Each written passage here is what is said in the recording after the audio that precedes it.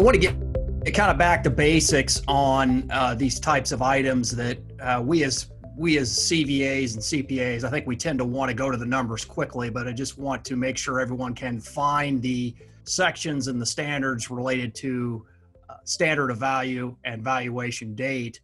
Just identify where those are at, and so and that you can apply those to your valuation engagements, because you have to get your valuation set up on solid footing before you really dive into the numbers. So just next slide, if you just want to take a look at where these are found, just to refamiliarize yourself with where these sections are, just specifically, again, talking about items 3 and 5, the development standards under identification, the valuation date, and the standard of value, just particularly in light of all the turmoil we are facing right now. I think this deserves special attention, these two items. Next slide, please. And as Michael previously referred to, I would also direct your attention to Jim Hitcher's COVID-19 timeline of events. That's a great synopsis of the key dates.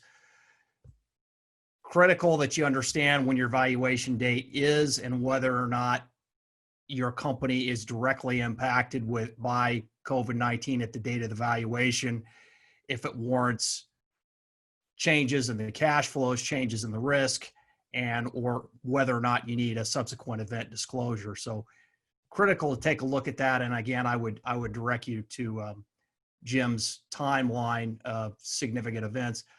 Just quick little story. I had a personal experience with this. I was getting ready to go on a trip right as some hotels in a particular city were shut down.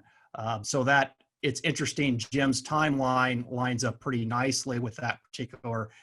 I'd pay special attention to the period around March, as a lot of things changed during that particular time frame.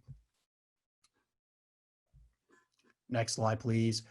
And then our standard of value is going to be value being used for most are familiar with the terminology, but again, it's a good idea to pull out your books, and Jim's book is a good reference. All the NACFA materials are a good reference, and reread those, and make sure that you understand this can be driven by is always driven typically by your jurisdiction.